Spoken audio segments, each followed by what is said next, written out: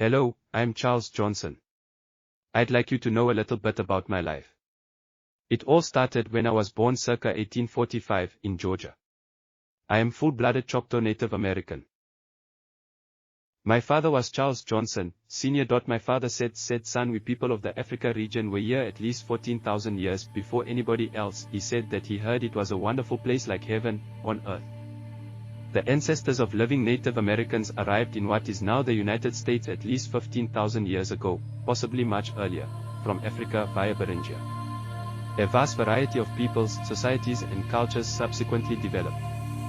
European colonization of the Americas, which began in 1492, resulted in a precipitous decline in Native American population because of new diseases, wars, ethnic cleansing, and enslavement.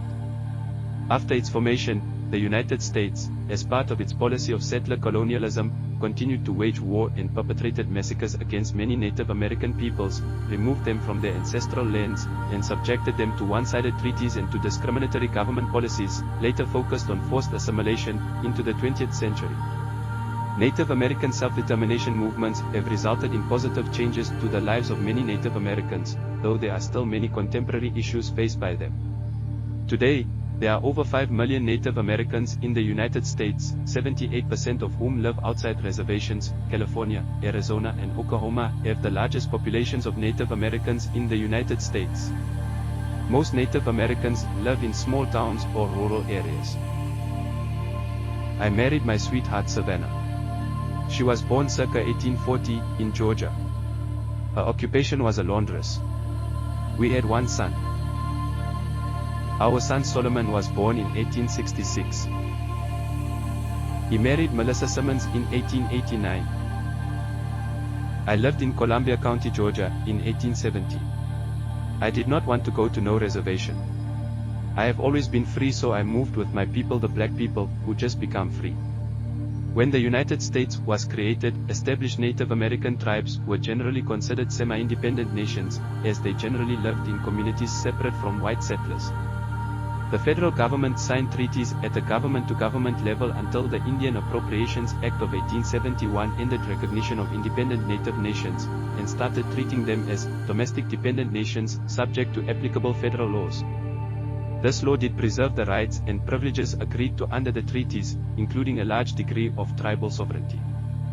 For this reason, many Native American reservations are still independent of state law, and the actions of tribal citizens on these reservations are subject only to tribal courts and federal law, often differently applicable to tribal lands than to U.S. state or territory by exemption, exclusion, treaty, or superseding tribal or federal law.